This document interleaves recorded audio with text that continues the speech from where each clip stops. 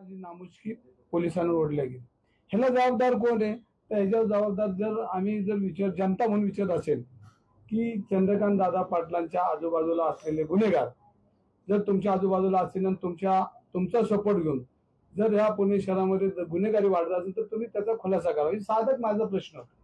आणि प्रश्न कोणाला विचारणार आपण? तर प्रश्न विचारणार तर त्या भागात आज मंत्री म्हणून काम करतात, आज प्रमुख आहेत भारतीय जनता पार्टीचे, आणि ह्यांना आपण प्रश्न विचारू. आपण थोडीच सामान्य माणसाला किंवा एखाद्या हातगाडीवाल्याला किंवा एखाद्या पानटपरीवाला जाऊन विचारणार की अरे पुणे गुन्हेगारी चालू झाली आणि तू उत्तर दे. ते पुणेकर म्हणून साधा प्रश्न होता. मी एक पुणेकर म्हणून त्यांच्याशी बोलत होतो.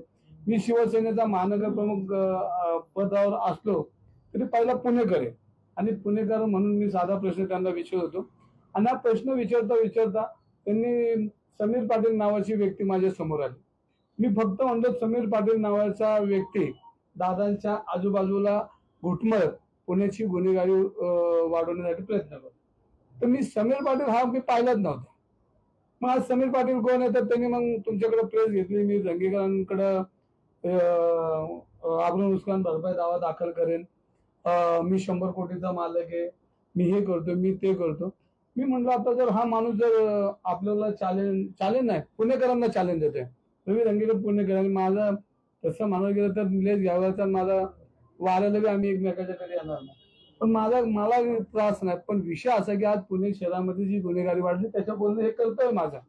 आणि मी या पुणे शहरामध्ये 30-40 वर्ष आज सामाजिक जीवनामध्ये काम करत असताना पुणेकरांमध्ये अनेक वेळा जावं लागतं. आणि माझी बांधिलकी पुणेकरांची कार्यकर्ता म्हणून की पुण्याला आलेलं संकट किंवा पुण्यामध्ये बदनामी होती की पुण्यामध्ये सर्वसामान्य लोकांना जगता येत नाही. आज महिला भगिनी आहेत ज्यांचे मुर्दे पडतात, त्या भगिनींचं कुंकू पुसलं जातं. याची जबाबदारी तुमच्या आमचे कार्यकर्ता म्हणून माझी आणि सगळ्यांचीच आहे. आणि मग मी दादांना प्रश्न विचारल्यानंतर हा समीर पाटीलला जो एवढा राग आला तर मग मी समीर पाटील हा कोण शोधायला गेलो. तर तो म्हणला माझ्याकडे एकही केसेस नाही. तर मी त्याच्या सांगलीला गेलो. सांगलीला गेल्यानंतर त्या मोकासारखे त्याच्यावर कारवाई झालेले पेपर आहेत, त्यांनी चिटिंग केलेले पेपर आहेत, गुन्हे दाखल आहेत त्याच्यावर. ते पेपर तुमच्या समोर मी ठेवतोय. हे सगळे समीर पाटलावर असलेले गुन्हे सांगलीमध्ये. हे बघ आता हे मी कोणाशी भांडतोय की समीर पाटील हा जो गुन्हेगारी चालवतो आणि नुसतं तो चालवत नाही तर पोलीस स्टेशन मध्ये सगळं तो जो बोलेल ते चालतो. आणि अनेक पोलीस अधिकारी माझ्याशी बोलले आणि पोलीस अधिकाऱ्यांनी हे सांगितलं की ह्याच्यामध्ये समीर पाटील नावाचा व्यक्ती इथे ढवळाढवळ करतो, कोणावर गुन्हे दाखल करायचे, कोणावर केस करायचा, घायवा टोळीला काय पोषक वातावरण असेल त्या या पोलीस स्टेशन मधनं तो कार्यरत असतो. मग मी साधा प्रश्न परत दादांना विचारला की दादा ह्याच्यामध्ये तुम्ही खुलासा करा. तर दादा काही खुलासा करायला तयार नाही. आणि मग भाजपची लोक माझ्यावर हल्ला करायला लागले. मी भाजप म्हणून भांडतच नाही, पुणेकर म्हणून एक लोकप्रतिनिधी. मग भाजपाने मग त्यांचे सोशल मीडिया मग माझ्या नावाने सोशल मीडिया माझ्यावर भडी मार. अरे मी विचारतो तुम्हाला निलेश घायवळवर काय करायचं, तुम्ही माझ्यावर काय विचारता? मी काय केलं तुमचं? मी फक्त तुम्हाला एवढंच विचारलं की पुणे शहरामध्ये गुन्हेगारी चालती आणि गुन्हेगारी थांबली पाहिजे. हा माझा साधा प्रश्न. ह्याच्यावर कुठलाही भाजपचा कार्यकर्ता बोलत नाही आणि जो बोलत नाही त्याचा मला पाठिंबा. म्हणजे बोलतात ते फक्त आता त्यांच्या पक्षामध्ये एकमेकाला लागून चालन की मी तुमच्यासाठी किती खासदार पण बोलत नाही त्याच्यावर येणार आहे. हळूहळू सगळं येणार आहे. तर त्याच्यावर येणार आहे. आणि त्याच्यामध्ये मग हे सगळं करत असताना मला तो समीर पाटील बोलला की दंगे करून मोका करा. आणि मग अजून मी माहिती घ्यायला लागली. हा तर लय पुढचा आहे, आता गुन्हेगार मोकाला म्हणतो लोकप्रतिनिधीला मोका करा. मग मी अजून माहिती घेतली की माझे काय गुन्हे आहेत आणि खोटे गुन्हे तयार करून माझ्यावर केसेस करायची याची तयारी चालू झाली. म्हणून माझ्या पोलीस खात्यामध्ये अनेक माझे मित्र आहेत. त्यांनी म्हणलं दंगेकर तुम्ही काळजी नका करू, तुमच्यासाठी 1-2 गुन्हे आमच्याकडे तयार आहेत, फक्त आता आदेश आलेला आहे, फक्त तुमच्यावर दाखल करायचं. म्हणून म्हणलं मी काय केलं असं? आता आपण बसलोय इथं, माझ्या पलीकडे कोण काय चर्चा करतं हे मला माहित नाही. पण इथे येऊन स्ट्रिंग ऑपरेशन करून वर्ष करून की दंगेकर कुठे सापडतोय का? मग आता त्यांनी मोका कसा करायचा किंवा तडीपार कसं करायचं किंवा काय जे आहे ते त्यांच्या डोक्यातला प्लॅन मला माहित नाही. पण मला पोलीस खात्याने सांगितलं की तुमच्याकडची जी तयारी आमची चालू आहे. तर मी साधा प्रश्न की मी कुठल्याही जो काय माझ्या त्यांनी चुकीचे केलं तर मी समोर जायला माझी ताकदीने मी जाईल. आणि मी काय हे केलं म्हणून माझं तोंड ग बसल हे कोणी मनात आणू ना. त्यांनी काल शिंदे साहेबांना भेटलं. शिंदे साहेबांना मी म्हणलं साहेब तुम्ही मला म्हणताय की तुम्ही बोलू नका. मी त्यांच्यावर अजिबात बोलत नाही. अजिबात बोलत नाही. त्यांच्यावर टीका करत नाही. त्यांच्याशी म्हणजे त्यांचं मन दुखून असं बोलत. मी फक्त प्रश्न विचारतो त्याचं उत्तर ते का देत नाही मला कळत नाही. मग मी साहेब म्हणलो पुण्यामध्ये आज तुम्ही बघितलं असेल आज पोलिसची नाचक्की झाली. पोलिसांची नाचक्की झाली. ह्याच्या कोणच बोलत नाही. फक्त एकमेकाला वाचवण्याचा प्रयत्न करतात. आणि काल शिंदे साहेब जे बोलले की गुन्हेगार कुठल्याही पक्षाच्या जवळ असला तरी आम्ही कारवाई करणार, क्षमा करणार. मला तेच म्हणायचं होतं. हेच अपेक्षित मला चंद्रकांत पाटलांकडून जे शिंदे साहेब जे बोलत होते तीच भावना मला पुण्यासाठी त्यांची भावना होती. मग त्यांचे खासदार आहेत, आमदार आहेत, मंत्री आहेत. मग त्यांनी सोशल मीडियावर वेगळंच म्हणजे हा विषय बाजूला केला. सोशल मीडिया मग भाजपचे सोशल मीडिया मग डॅमेज कसं करायचं. शिंदेंनी मोडला दंगेकरांचा इंगा. हे कोण बोलतोय. हा ते रवी अनसपूरकर ते कामाला आहेत ते भाजपच्या कुठल्या तरी मंत्र्याकडे. आता माझा इंगा मोडला. दुसरा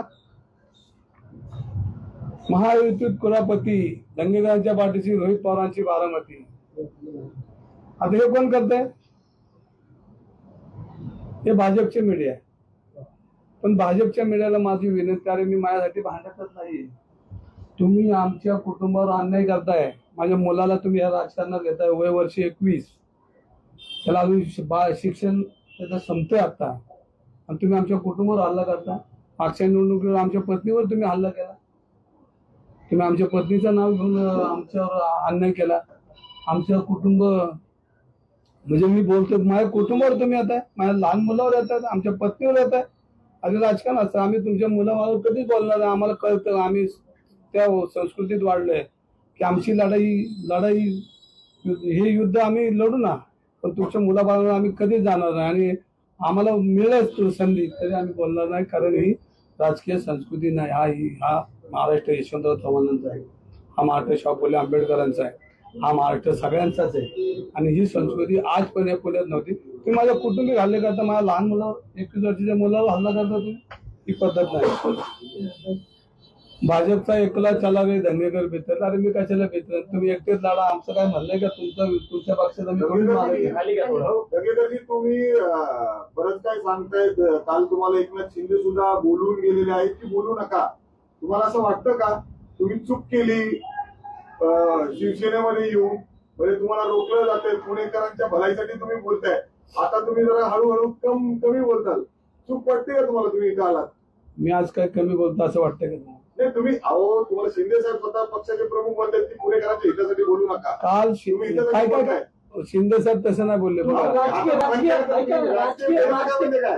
राजकीय नाही. माझा विषय हा आहे. मी पहिला पुणेकर आहे. आणि शिंदे साहेबांनी काल मी जे बोलत होतो तेच बोलले. शिंदे साहेब म्हणले पुणेमध्ये गुन्हेगारी भयमुक्त झाली पाहिजे.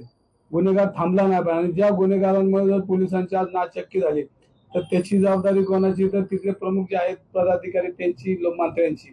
हे मी आज बोलणार, उद्या बोलणार, परवा हेच बोलते ना. आता इथेच बोलतो.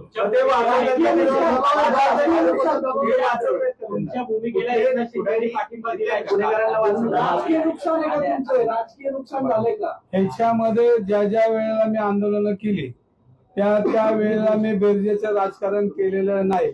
मला त्याचं राजकीय नुकसान आजपर्यंत मला ते भोगावं लागलं. आणि मी ते भोगायला तयार आहे. पहिलं माझं राजकीय नुकसान सांगतो. मी पबवाल्यांवर आंदोलन केलं. या पबवाले आंदोलन एकत्र येऊन माझ्या निवडणुकीत मला काय करायचं ते त्यांनी केलं. मी ती पोषकारचं आंदोलन केलं. त्याच्यामध्ये ती सगळी फॅमिली माझ्या विरोधात रस्त्यावर उभं त्यांची हस्तक माझ्या विरोधात होते. आज हे जे गुन्हेगार हे माझ्या विरोध आहे. मी येणारच आहेत. मी आयुष्यात बेरजेचं राजकारण केलेलं नाही. सत्ता असून मी काय हापापलेलं नाही. मी खुर्चीला हापापलेलं नाही. मी जनतेने मला ज्या पद्धतीने मला प्रेमाने जवळ घेतलं, मला जेवढं आशीर्वाद दिले ते मला बोलायला लागेल. आज माझं कुटुंबाचं बी नुकसान झालं. माझं प्रोजेक्ट बंद झाला. माझी मुलं बाळ रस्त्यावर येतील अशी व्यवस्था सगळ्या भाजपच्या लोकांनी केली. कोणी केली सांगतो ना. माझे प्रोजेक्ट बंद केले तुमच्याच ह्याच्यामध्ये. तुम्ही मागच्या वेळेला निवडणुकीमध्ये माझे प्रोजेक्टवर जाऊन फोटो काढले. काय पत्रकारांनी चॅनेलला दाखवलं. वॉकची जागा घेतली. पण मी कधी आयुष्यामध्ये चुकीचं काम केलेलं नाही. हायकोर्टामधनं मला कोर्टाच्या लिलावामध्ये आम्ही 5-6 लोकांनी जागा घेतली, तर माझे हल्ले झाले ना. माझा आजही हल्ला मी पोचवतोय. आज माझं घर उद्ध्वस्त व्हायची वेळ आली, पण मी माझ्या घराचं कधीच बोलणार. तुम्ही म्हणले तुमचं तोटा, मला लय मोठा तोटा झाला, पण मी त्याला घाबरत नाही. जनतेच्या आशीर्वादाने मला आता 50,000 रुपये पेन्शन चालू झालेली, म्हणजे माझं कुटुंब जगू शकतंय जनतेच्या जीवावर आहे. त्यामुळे आता मला जनतेचे आभार मानले आणि त्यांच्यासाठीच काम करायचंय. आता मला भीती नाही, मरेपर्यंत मला चटणी मिरची या जनतेने दिलेली आहे, पण त्याचंही काय नाही. पण ज्या पद्धतीने माझ्या कुटुंबावर हल्ला केला, माझ्या मुलाबाळांवर हल्ला केला, आमच्या पत्नीवर हल्ला केला, ही संस्कृती या महाराष्ट्राची आहे का, पुण्याची आहे का, ह्याचा सवाल तर मी नंतर विचारणार. त्याचा हिशोब तो दादांकडे माझा शिल्लक आहे. तो नंतर महायुतीमध्ये तुम्हाला घेण्याचा प्रयत्न होतोय. भविष्यात जर असंच चाललं तर तुम्ही वेगळा निर्णय घेणार का? मी शिंदे साहेबांवर विश्वास ठेवण्या पक्षात आलोय आणि शिंदे साहेबांनी ज्या पद्धतीनं माझ्यावर प्रेम केलं, बघा राजकारणामध्ये प्रेम करणारा माणूस पाहिजे आणि पाठीवर हात टाकणारा माणूस पाहिजे, ते शिंदे साहेबांच्या रूपात मला दिसलेलं आहे. शिंदे साहेबांनी ज्या पद्धतीनं माझा मान सन्मान केला. लोकशाही मराठी ऐका, पहा, जागरूक रहा.